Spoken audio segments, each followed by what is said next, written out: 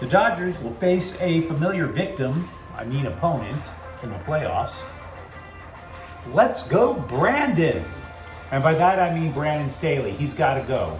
He is not fit to run the Chargers. I'm being real with you. And UCLA, they're on the periphery of college football's top 10. Hi, I'm James. This is your daily dose of sports and snark for the greatest sports city in the world, Los Angeles. This is faithful Angelenos. I have one more broadcast here in Casa de Crackhead before I travel home to be with my wife. It is October 10th, 2022. We added new subscribers yesterday. Thank you for getting in on the ground floor. And if you like the content that we put out, don't forget, clickety-clack the like button, clickety-clack the subscribe button. There's a notifications bell. Hit that. It'll let you know when we drop new content.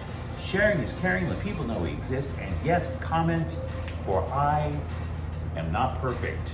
You guys have a voice too.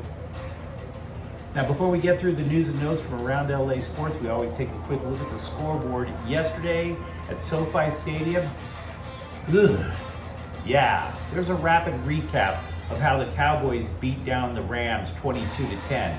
Cooper Kupp did score a 75-yard touchdown, but make no mistake, this was all about the Dallas defense. So when ESPN tells you about how Cooper Rush needs a bust out in Canton, Ohio, know that they are full of more poop than an obese guy's bedpan in a hospital. It's not true. Cooper Rush didn't do squat. It was all about that defense. Meanwhile, over in Cleveland, Brandon Staley almost bit the Chargers on the booty all over again with a terrifically horrendous fourth down call. They were lucky. They get a 30-28 victory over the Browns, but hey, tainted victories are victories too. Meanwhile, in MLS, it was decision day. We have a rapid recap of the Galaxy's 3-1 victory on the Galaxy playlist on this channel.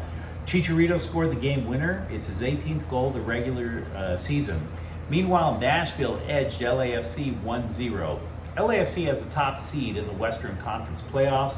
They are going to await the winner of LA Galaxy versus Nashville this weekend, which means in 2 weeks, it's a possibility that we get another El Tráfico, and that's delicious. By the way, no games are scheduled for today involving LA teams. The Dodgers are going to play the Padres in the National League Division Series starting Tuesday at the Ravine. That's because San Diego defeated the Mets 6-0 in Queens last night. The LA Times was trying to get us all, if we wore panties. I don't, unless I'm lonely. But anyway, they're trying to get the panties up in a bunch, saying that there are 9 concerns the Dodgers have against the Padres. I have 15 concerns the Padres should have, because the Dodgers beat the hell out of the Padres 15 times this year. Don't try to raise controversy when controversy need not be raised. The only way the Padres are going to pose a threat to the Dodgers is with a pact with Satan. And if that happens, then yeah, we got a lot bigger things to worry about than the results of a baseball series. So let's just wait until this plays out. There's no reason to panic yet, LA Times. I didn't do a rapid recap on the Chargers game yesterday. They played the morning game. I work overnights. I had to sleep sometime. Brandon Staley's tenuous grasp on reality, it's just starting to scare me a little bit. I mean, he just keeps flying out further into the stratosphere, and I have no idea why he keeps doing this. I watched Brandon Staley coach a game, and it's like Sandra Bullock. She was in this sci-fi movie. She's an astronaut, and all of a sudden she gets knocked into outer space, and there she is just tumbling further and further to Pluto. That is Brandon Staley's grasp on reality. The reason I say this is it's late in the Chargers game. There's barely a minute to go. The Chargers are in their own territory, and he calls a fourth down pass. You could have coffin cornered the punt, put out a defense that you trust, that you spent all this money on, and the Browns have a backup quarterback in there in Jacoby Brissett. But no, you go for it on fourth down. What hallucinogens is this man taking? I don't get it. I mean, I love the guy when he was the defensive coordinator with the Rams, but I don't want to come out with hot takes and rename myself Mad Dog, okay? But this guy is making me sound like it because he keeps making one stupid call after another. The play call fails. Cleveland gets the ball. They have, by all means, a makeable field goal that the kicker missed. So they barely get the win. And you would think Staley, whose fourth down calls cost the Bolts a playoff berth last year, would now learn his lesson. Hell no, he's not learning his lesson. He's adamant he would do it again. Quote, "We believe in our process. We believe in our players. There was no way I'm taking our offense off the field." Oh, really? You didn't even have your best wide receiver in the game because he was injured. You threw to the number 2 guy. Again, if you punt, you put Cleveland deep with a backup quarterback. But no, let's not do that. Brandon Staley is straight up in over his head. This is the same stupidity. I can't repeat this enough. It's the same stupidity that cost the Chargers a playoff berth last year. He has not learned. You have to learn from your mistakes. He's too stubborn to do it. The Chargers are not winning with him as their head coach. I can't see it. I can't see it. Meanwhile, regarding football teams that are well run, UCLA is climbing. They went as high as number 11 in the AP top 25. They are one slot ahead of Oregon. There are 4 Pac-12 teams that are in the top 25. And also, if you look at the bowl projections, UCLA is now getting more important games if the schedule plays out the way it should.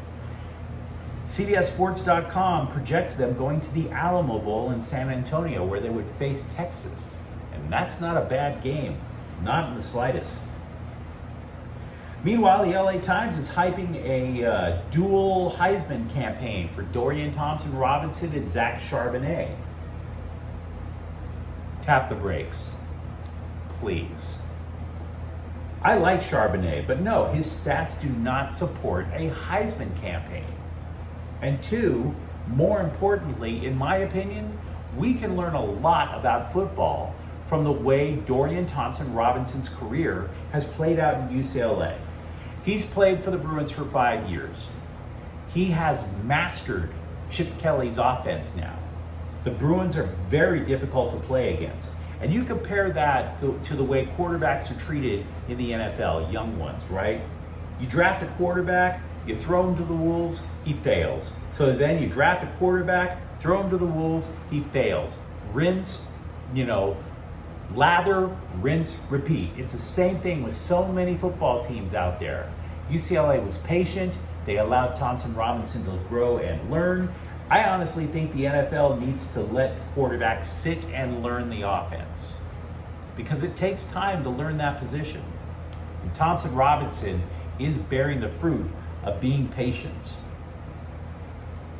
We mentioned earlier 4 teams in the Pac-12 being in the top 25. USC actually dropped a spot from 6 to 7.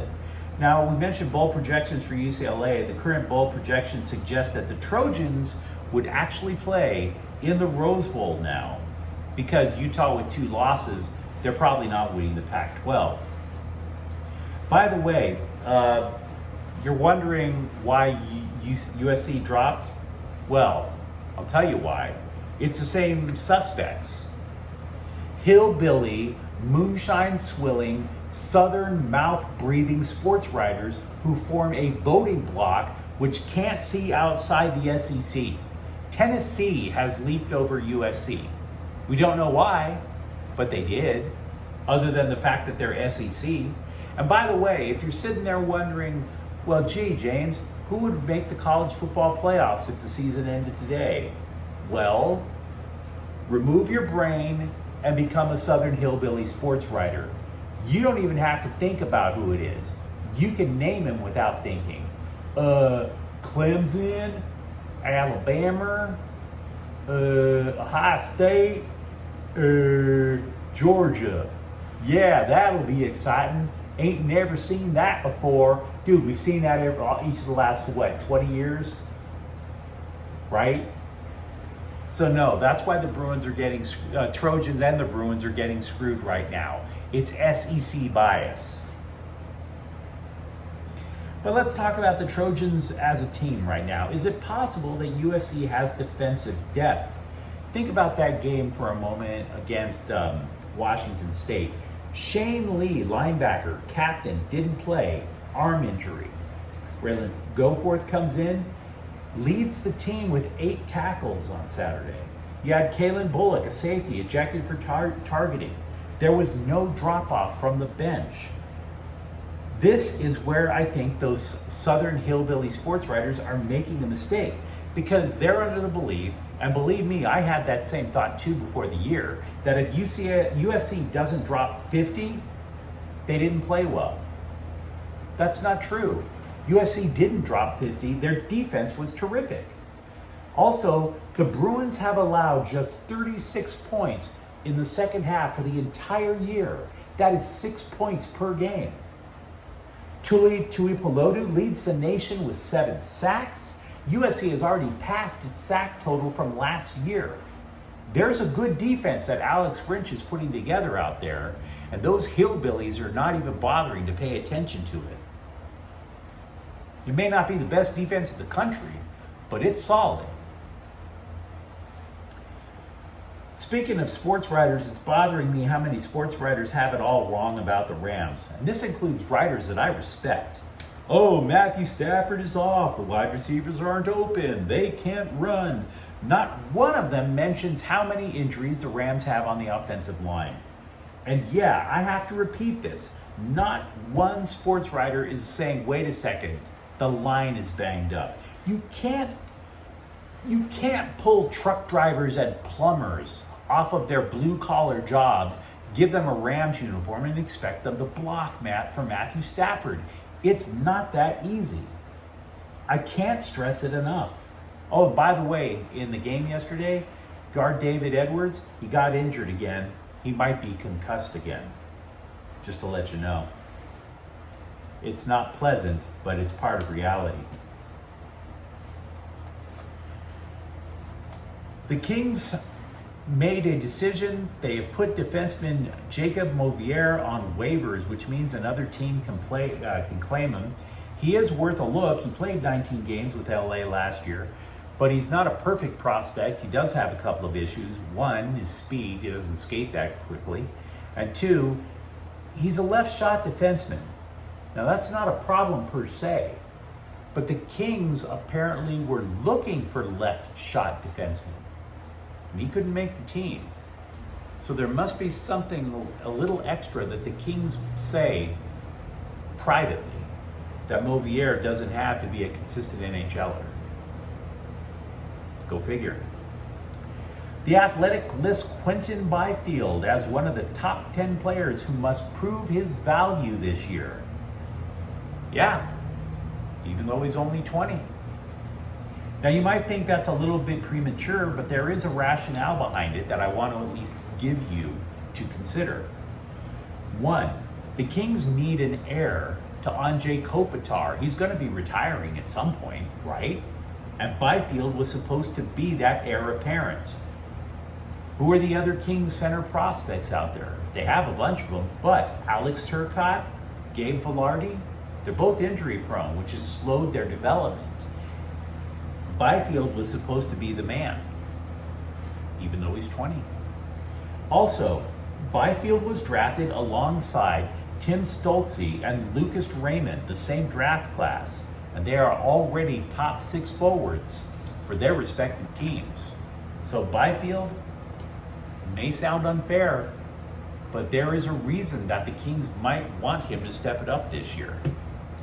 But let me know what you think in the comments thread. And if you enjoyed this broadcast, don't forget to like and subscribe to Faithful Angelino Sports. We talk LA sports here. Thank you for watching. I'm James. We'll be back tomorrow. Faithful Angelenos is a Kian Corte El Queso production.